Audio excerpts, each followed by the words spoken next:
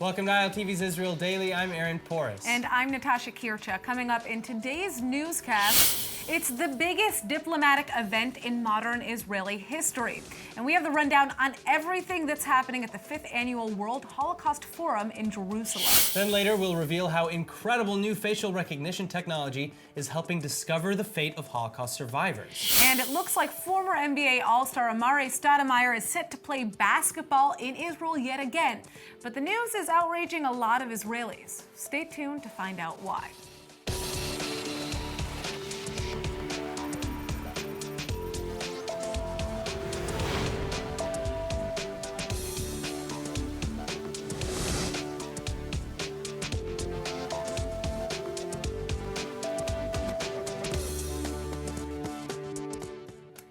It is the biggest diplomatic event in modern Israeli history. The 5th Annual World Holocaust Memorial and the 75th commemoration of the liberation of Auschwitz is here in Jerusalem. And as expected, the day has been completely filled with high-level meetings on international interests and, of course, many speeches, side events, and performances. Well, ILTV's Nittany Manson joins us now with coverage of the events. So, Nittany, what's the biggest news of the night? Wow, it is so hard to choose, but dozens of world leaders are here to remember the Holocaust and fight anti-Semitism at the main event in Mount Herzl. The speakers include 4 kings, U.S. Vice President Mike Pence, Russian President Putin, French President Macron, and the UK's Prince Charles. So let's take a look at some of the comments. The lessons of the Holocaust are searingly relevant to this day. 75 years after the liberation of Auschwitz-Birkenau, hatred and intolerance still lurk in the human heart. The Jewish people have learned the lessons of the Holocaust, always to take seriously the threats of those who seek our destruction. We must be prepared to confront and expose the vile tide of anti-Semitism that is fueling hate and violence all across the world, and we must stand together. As we know, though, this isn't the only event that the commemoration included. It included a dinner at the president's residence as well on Wednesday night, and now the main ceremony hosted by the president's office and the Yad Vashem Holocaust Memorial Museum is also going on. But what else has been going on to entertain our many guests and dignitaries who are here?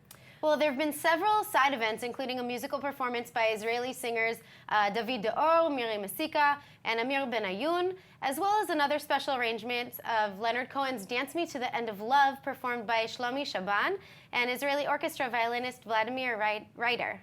All right, now on another note, there have been some controversies too that have taken place. Now, what can you tell us about them?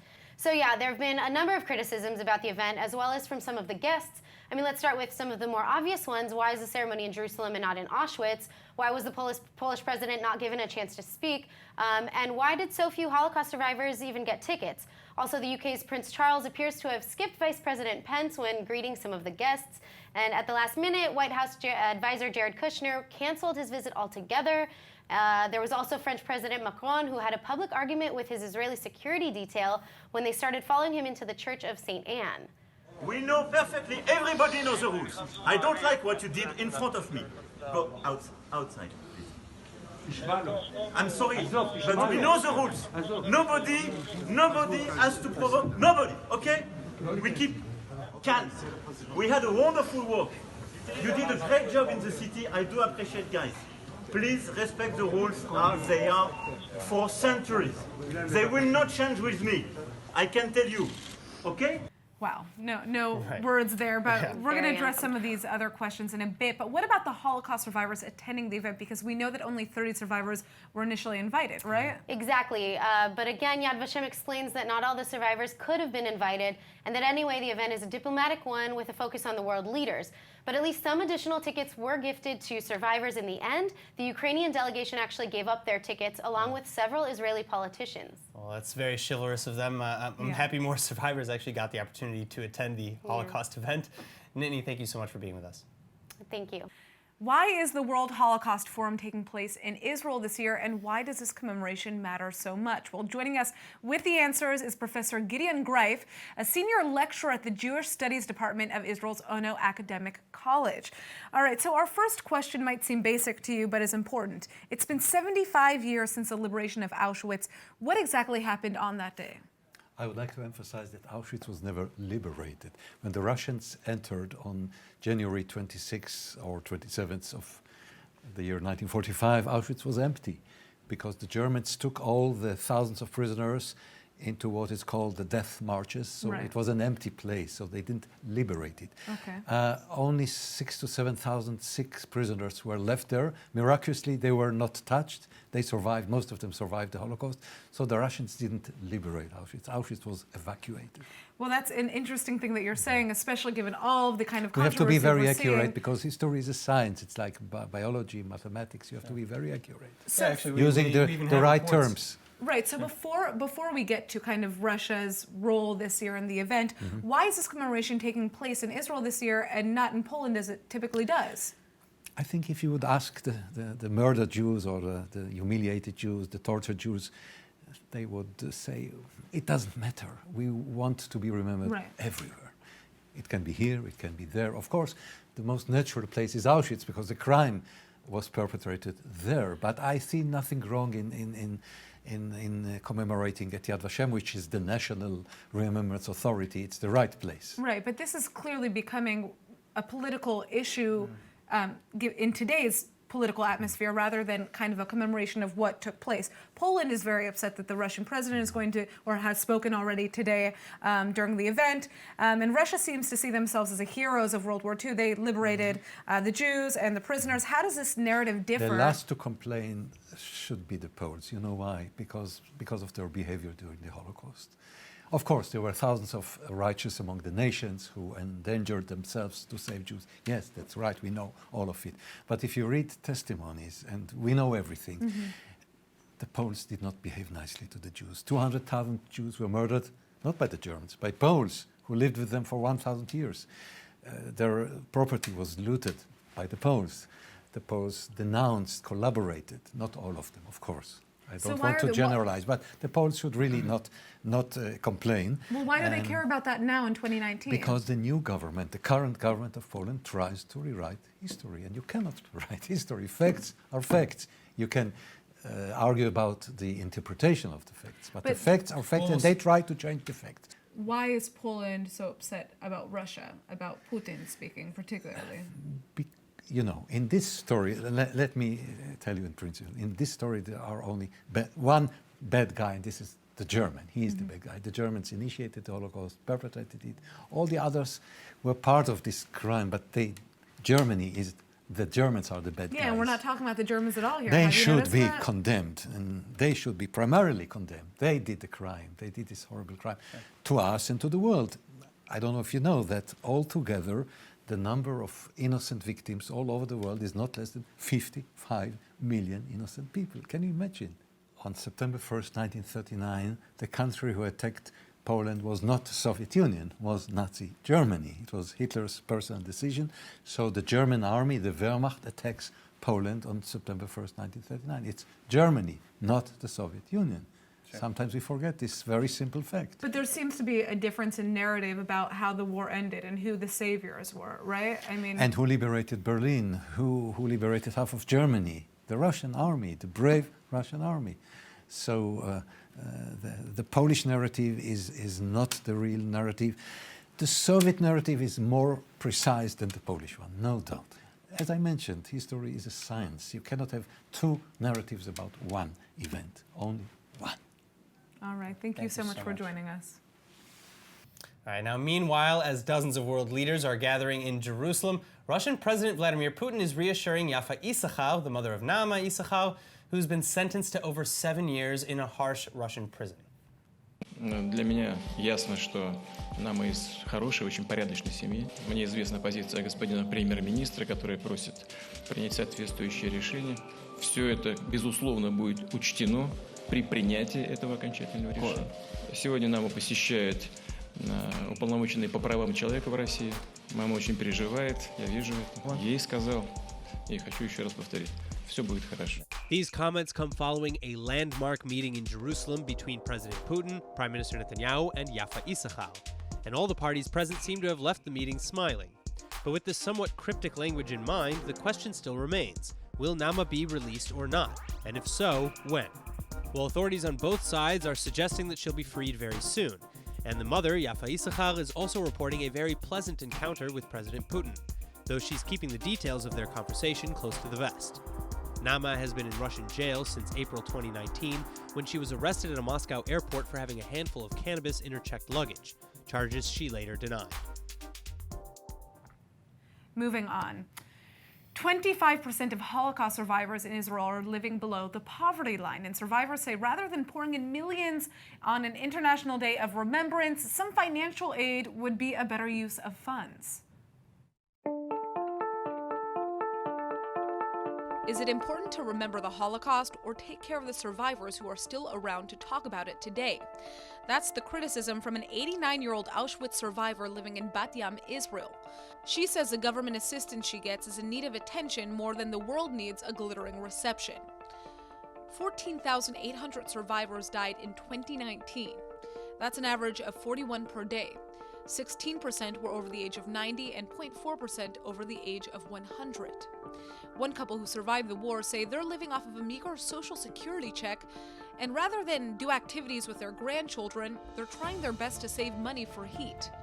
On the other hand, a recent report is out trying to get the attention of those who fought Nazis in World War II, as they may qualify for recognition in the form of a monthly allowance of 2,400 shekels, or about $692. Attorneys who work in the field of legal aid for Holocaust survivors say many of the people who are eligible for the grant have immigrated to Israel recently. They say the allowance could improve their quality of life significantly. The organization hopes to get out the word to those combatants who might not know funds are available as a thank you for their contribution to humanity. The photos are decades old, but the technology is brand new, and now a new facial recognition software is helping two Israeli brothers learn about their father's past before he made it out alive from the Auschwitz death camp in Poland. An Israeli research center called the Shem Olam Holocaust Memorial Center is using its database of tens of thousands of photos taken by German soldiers during World War II to see if they can make matches of faces for families who are still looking for answers. Face-to-Face is aimed first and foremost at giving a response to the chaotic reality created following the Holocaust. We think that the reality of the Holocaust is only the reality of 6 million Jews who were murdered, but it's not so. It's a reality that cut off any connection for those who survived, almost any connection to their past, and not only for them, but also for their future families. We have very little information about my father. We know very, very little. In fact, what we know is entirely, I'd say, from outside sources.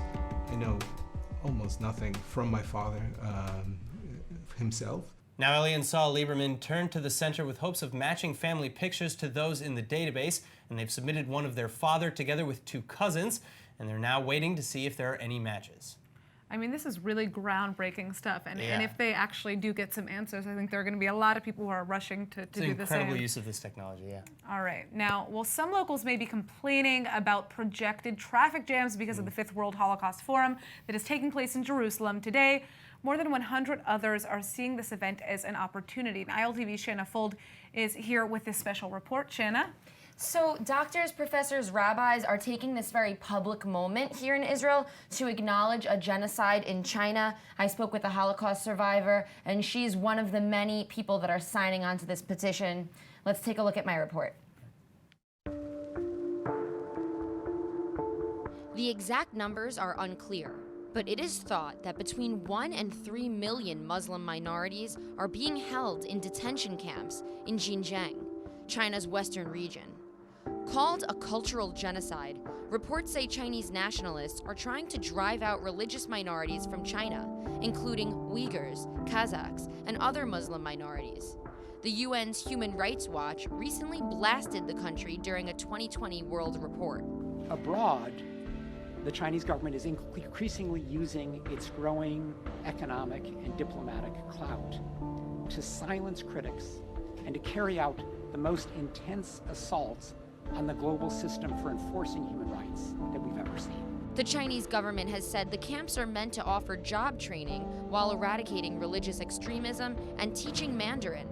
But a series of leaked government documents suggest government heads are ethnically cleansing people and forcing them to lose their religious identities while causing them physical and even sexual harm.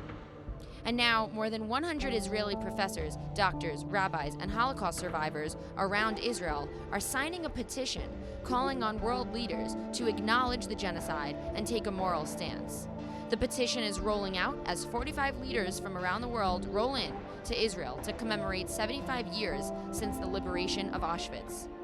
Those who signed on say never again means you have to take action against any kind of genocide. But Chinese global television anchors say Western reports of Muslims gone missing from society are baseless and that the numbers come from questionable studies. We questioned local government officials about this, and the answer we got was among the 100+ missing Uyghurs, half of them cannot be verified due to incomplete information such as misspelling of names, and a third are under criminal investigation or are convicted criminals. The rest are actually living normal lives, and many of them have never been to the education centers. Doctor and surgeon Jacob Levy spoke with ILTV about his purpose in working on the petition. I believe that while the leaders of the world convene today in Jerusalem to commemorate the 75th anniversary of the end of the most horrific page in human history, it is only apt we should all call upon them to act immediately to stop the most heinous human crime of this century, which is still carried out by Chinese transplant physicians to this very day. Levy is talking about an address given at the UN Human Rights Council that concluded hundreds of thousands of prisoners have had their organs harvested, with their kidneys and livers forcibly removed from them, sometimes while awake, and are then sold for hundreds of thousands of US dollars. Just shocking to hear about this story, It's but a very disturbing report. all right, now we're going to turn to some lighter news, everybody. Give you a reason to smile. You may have heard of people breaking the world record for climbing the tallest mountain or even having the longest hair, but what about scooting, as in riding a scooter? Well, leave it to Israeli Yonatan Belik for riding his scooter across 48 states and breaking a record for doing it. The Guinness Book of World Records has awarded Israeli Yonatan Belik and his American pal Mike Reed for the longest journey on a 50cc scooter. And you should keep in mind that these scooters are no joke. They've got big wheels on them. Check this out. They say their travels during the 9,895-mile round trip was full of diverse people and surprises. Reed said, "People tell us our whole lives to steer clear of strangers, but this trip was full of strangers opening their homes and showing them their favorite places in their neighborhoods." And get this isn't the first time. These two also broke the world record for greatest distance on a kick-push scooter in 24 hours. They covered 1,630 miles that time in just one day and without any electricity or gas. All right, Israeli basketball fans are now going crazy over this next story. Former NBA All-Star Amare Stoudemire has just announced his return to Israeli basketball. Yes, but get this, he won't be going back to play for Hapoel in Jerusalem, the team that he partially owns 5% of. Instead, he is going to be playing for Maccabi Tel Aviv, Hapoel's arch rival. ILTV's Nittany Manson, of course, has the details. The top basketball team has just announced that Stoudemire will be playing for the team throughout the end of the season. He's reportedly going to be raking in an estimated $55,000 per month. Now, that may not compare to the NBA, but let's just say that here in Israel, it's a pretty good salary. So why Israel? Well, for the past several years, the NBA All-Star has been in the process of converting to Judaism. He's even acquired Israeli citizenship and adopted the Hebrew name Jehoshaphat. That means that he'll be able to play for Maccabi Tel Aviv as an Israeli player. Maccabi is currently first in the Israeli League and has had a very successful season so far in the Euro League. The only issue is that team member and former NBR player Amare Kaspi is currently suffering from injuries, along with several other key players. Stoudemire signed a deal back in October to play for the Chinese Basketball Association with the Fujian Sturgeons, but he left after only 11 games and returned to the United States. Now that he's headed back to Israel, there are mixed feelings. Many of his fans from here in Jerusalem are outraged that he's going to be playing for their main rival, especially since he once promised that the only team on earth he would play for was Hapoel. Well, guess that's not true. The NBA All-Star formerly played for the New York Knicks and the Phoenix Suns, among other teams in his 16-year-long NBA career. Speaking of sports, you have to keep healthy and eat the right things. And right now we're going to be talking about a new fruit that is taking the world by storm. It's also here in Israel. And joining us with the details is food stylist and blogger Diana Linder. So what is this food? Okay, well, it's not actually a new fruit. It's new to Israel. This is a fruit that fair. is traditionally Japanese, and it is a lemon that is sort of a combination between an orange and a lemon. What is it called? Yuzu.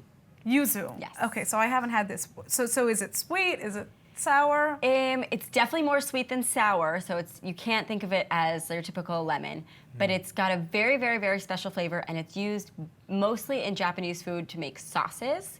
Interesting. But here in Israel, there's a local chef that's doing amazing things with it. So tell us a bit about that. I mean, how did it end up in Israel, first of all? Okay, so there's been a lot of new interesting citrus fruits that have taken over the world by storm. We're talking about the finger lime, the yuzu, the Mayer lemon. These are things that we can see all around the world becoming really popular in kitchens. And in Israel, well, it hasn't really broken through yet. And about 2 years ago, farmers started noticing the worldwide trends and started growing it in Israel. Oh, so it's being grown here in Israel? It's Israel. actually being grown in Israel because Israel's been famous for many, many years for their oranges and for the Jaffa oranges. You know, they're exported all over the world.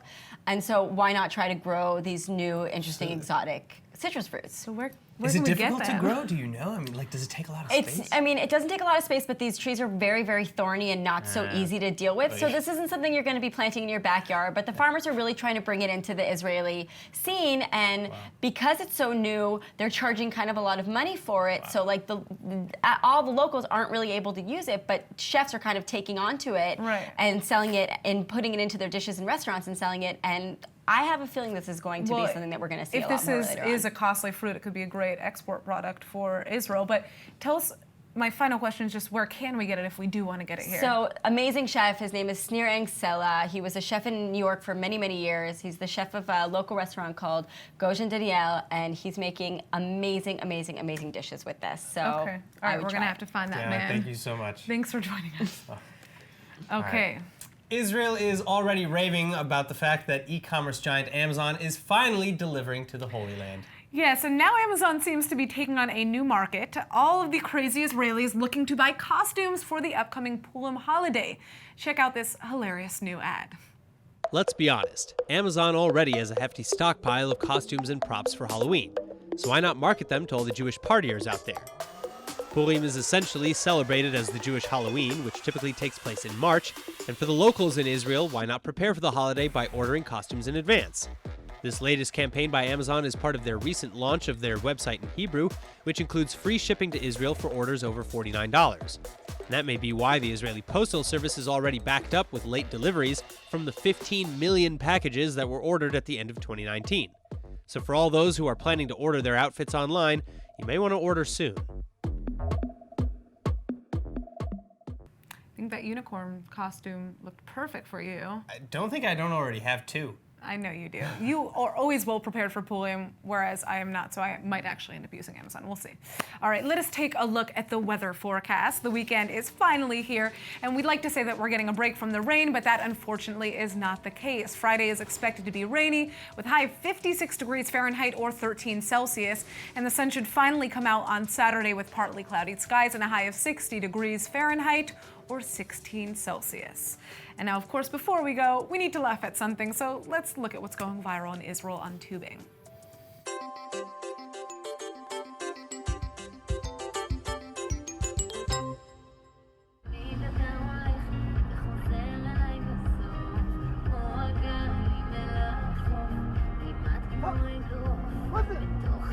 Yeah. What is All right, that? so that is a blue comet entering the atmosphere over Israel, and it was captured by this dash cam. You're and so it's excited awesome. about this. I'm so excited. Did you see? It's a blue fireball. Yeah, and I actually heard about this story. Very This guy says that he was driving and he saw it, and then he had to go back and look at the camera on his car too. to be able to catch the action. I would too. But that is it, unfortunately, for today's news. Today's exchange rate is 3.46 shekels to the American dollar. For more news from ILTV, please like ILTV on Facebook, follow us on Instagram, and subscribe to our YouTube. I'm Aaron Porras. And I'm Natasha Kirchek. Thanks so much for watching.